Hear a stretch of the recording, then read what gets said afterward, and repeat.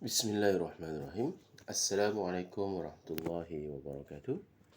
Alright, inshallah, today we're going to continue our discussion on chapter 2. So, this chapter 2, we're going to discuss a topic related the family as a behavior setting.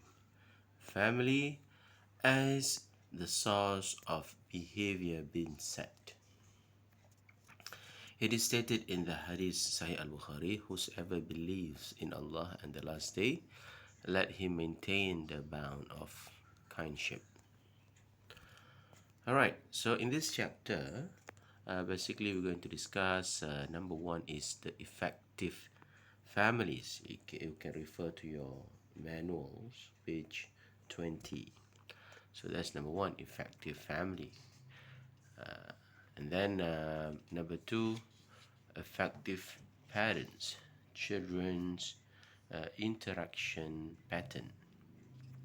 And then number three is ineffective parenting. Okay, let us discuss one by one. All right, what is effective family? So basically, home is the first education platform for children, and it has a crucial role in modifying children's thinking, children's emotional growth, as well as children's behavior. The children are a reflection of parents' temperament. They inherit tendency to be good or bad, depends on the way the parents treat them. So generally, a family is considered as ineffective when the parents and understand aware of the responsibility towards the children's, and the children's aware the responsibility towards their parents. So it both sides. The parents aware of their own responsibility, and the children's aware of their own responsibility towards parents. So this will make the families become effective.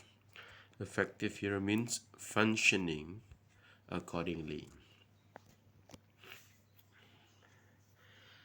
Alright, so another hadith from Imam Bukhari and Muslim reported that Prophet Muhammad ﷺ said, all of you are the head of your group, and all of you are responsible of your group.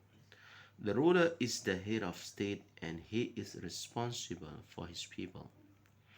The man is head of his family, the woman is head of her husband's house, and she is responsible for her house.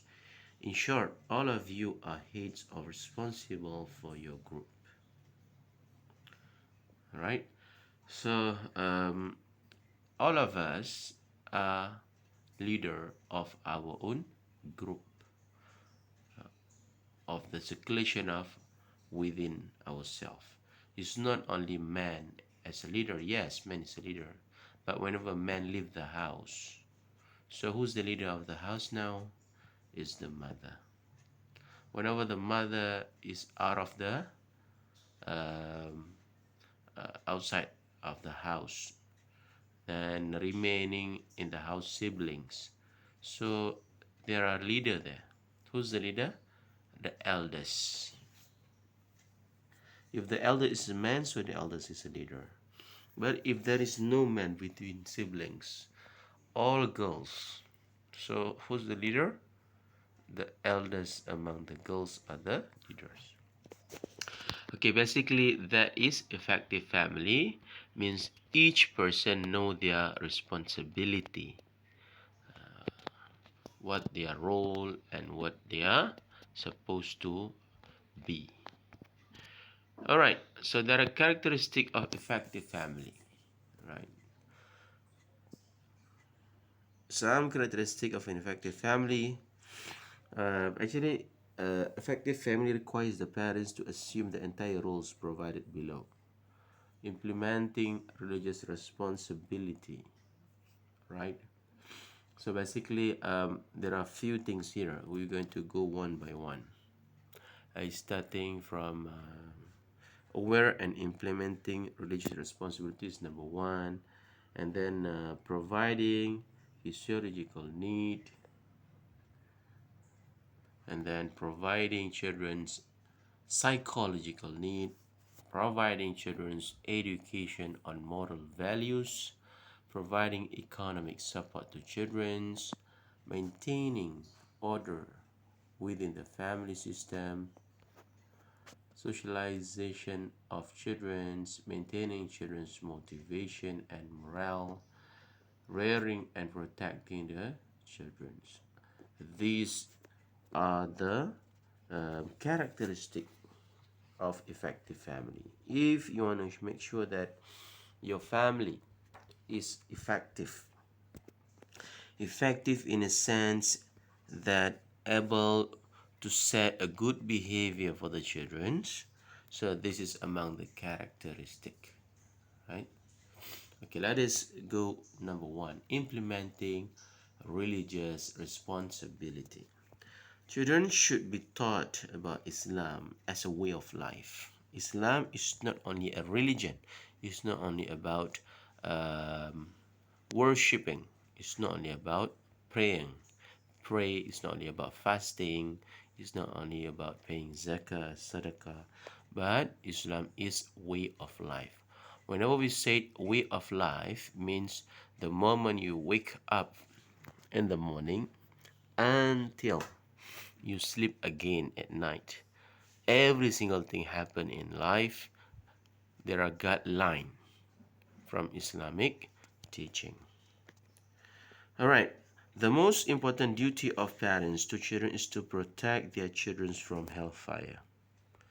Hellfire in Arabic we call it an-nar. Spiritual aspect of the children is important to produce well-mannered children. Allah tells us in the Holy Quran, in Surah Al-Anfal, children, just like your wealth and possession, are but a trial from Him. Allah the Most High says, and know that your possession on your children's are but a trial, and that is Allah with whom lies your highest reward. Okay, you can refer to Quran, Surah Al-Anfal. So Allah says that children's is a trial, right? And then those who are able to hold the responsibility towards their children according to Islamic teaching will be rewarded in the highest reward. And then another verses from Surah Al-Taghabun, your wealth and your children may be but your trials, whereas Allah with Him in the highest reward. So whenever Allah give wealth, whenever Allah give children, that is a trials. Trial means Allah want to test. Are we utilizing or you use it or accept it, or we hold our responsibility accordingly. So the first characteristic of effective family, parents need to implement a religious responsibility. So the moment the children in the morning wake up, so parents encourage them to perform the prayer of Fajr, and then taking shower. That is part of cleanliness in Islam, right? And then say a good words in the early morning, smiling is a sadaqah. Okay, and then apply or wear a good shirt, clean. So that is part of cleanliness. In Arabic we call it an-nazifa. An-nazifa minal iman. Cleanliness is a part of faith, belief, iman. Okay, next, number 2, providing physiological need. So what is physiological need? So physiological need, according to one theory, Abraham Maslow's hierarchy theory, physiological needs include shelter, food, clothing, and healthcare. So it's a basic need. So it's a responsibility, right? So one of a good characteristic of the family is whenever the parents providing a basic needs, a basic necessities for survival. Okay, what are those basic needs? Number 1 is shelter. Shelter is home, house, okay, a place for you to come back. Homeless means you don't have home, you don't have shelter, you don't have house. So a good and effective family, those who are provide shelter, providing a home. Either it is you rent that home or you buy that home, is a different story. But you provide a place for them to stay, to come back after going somewhere outside. And then number 2, providing food on the table. All right. Not saying that you provide 6-time meals or 7 meals a day, but enough means you are starving in a day because of no food. And then number 3, clothing. You provide clothes, good clothes. Not saying expensive clothes, but you have clothes to exchange every day. And then health care. All right. So that is basic need. So providing children with the basic needs and basic care, that is the characteristic of a effective family. All right, next, psychological need. I'm sorry, just now we're talking about psychological need. This is psychological need. So just now the first one is physiological need, is the basic need, shelter, food, clothing, and healthcare. Psychological needs means providing emotional support. For example, providing love, promoting good self-esteem, encourage success, motivate children. Whenever they need your support, you talk to them, you listen to them. Whenever they need you to give them encouragement, you are there to give them encouragement. So that is psychological needs. Every stage of children, they need a psychological needs. Kindergarten children, they need a psychological needs. They have their own issues, not only big issues like adults. You need to listen to them. But as young as early childhood, they have their own problems and they need to be solved and they need help from you. So that is psychological needs.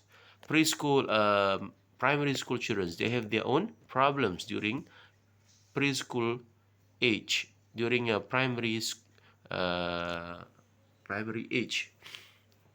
So it is your responsibility as a parents to listen to them. A teenage children who are in a secondary school, they have their own problem and issues. So you need to give support to them. All right. College student like you have your own issues. You have your own problems.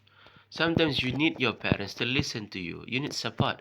Sometimes they couldn't solve the problem, but it doesn't care much. But what most important is you have someone to talk about and you have someone to listen to your story. So that is psychological needs. So next, providing children's education on moral values. So effective families, parents should promote learning of acceptable behavior, standards for moral behavior, and Islamic or religious moral values which are accepted by the society. The spiritual moral education taught to be persuasive and convincing, not imposing and authoritarian.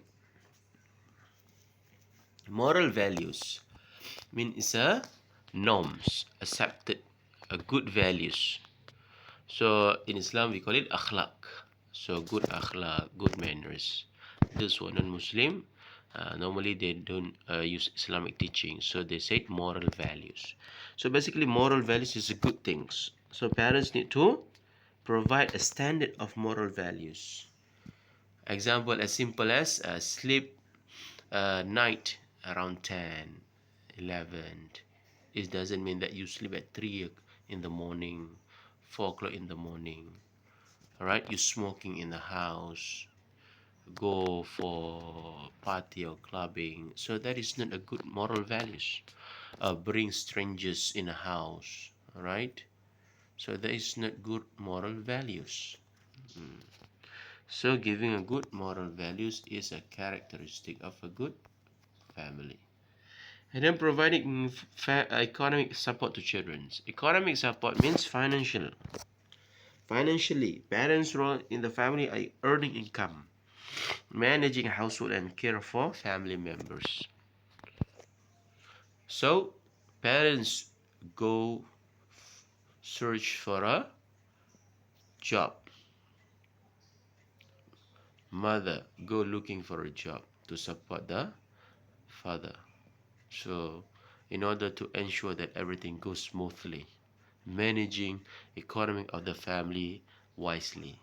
You have a money, but you plan ahead when next year or next 2 year you want to send your children to another school, for example. You're preparing your children to go to further their study to college, for example. So that is a planning of household income or economic support to the children. Some of your children are brilliant, they are good, they have potential, they can study, they are hardworking, but the limitation is financial. Of course, they can't afford, they cannot work, they are still young. But whose responsibility to make sure they're able to pursue their study is parents. Parents need to plan ahead. Apart from you provide a basic need, shelter, clothes, right? Home, you also have to plan for their future. If they are not fortunate to get IPTA, for example, because too many competition, so you can support them to continue to a private college, like all of you pursuing study in private college. Of course, it costs money, but because of your parents are effective, means they prepare that money to support you study. So means your family is a effective family. Okay, next is maintaining order within the family system. Maintaining order in a family system refer to the chain of order in a family. It's important to monitor the behavior of the young ones. Maintaining order means um, maintaining instruction, the flow of the instruction. Instruction about what? Instruction about do and don'ts. What is good, what can be done, what cannot be do. Normally, it's a simple rules and regulation in the house. Rules and regulation for the children. So it need to be maintained. It's not only one person in the house who giving an order, the rest is objecting the order. The mother giving an order, the father need to support that order. Whenever the father is not around, the eldest brother are maintaining that order, the instruction, following the rules. An effective family authority include trust, respect, take responsibility, give and take, and forgive and forget, validate to appreciate and reaffirm. So order, instruction, it need to be continuous. It cannot be done only one day. For example, as simple as, okay, wake up in the morning. Okay, pray. It's not only one time. It's not only your parents, your father advise or give order about it last year. Your father or your mother keep talking about praying Fajr every day whenever you are at home. And then whenever you are at college, your father give a call and keep reminding you, make sure you pray your Fajr. So this is reaffirm, reminder, make sure the flow of the order is maintained. Okay, next, socialization of children.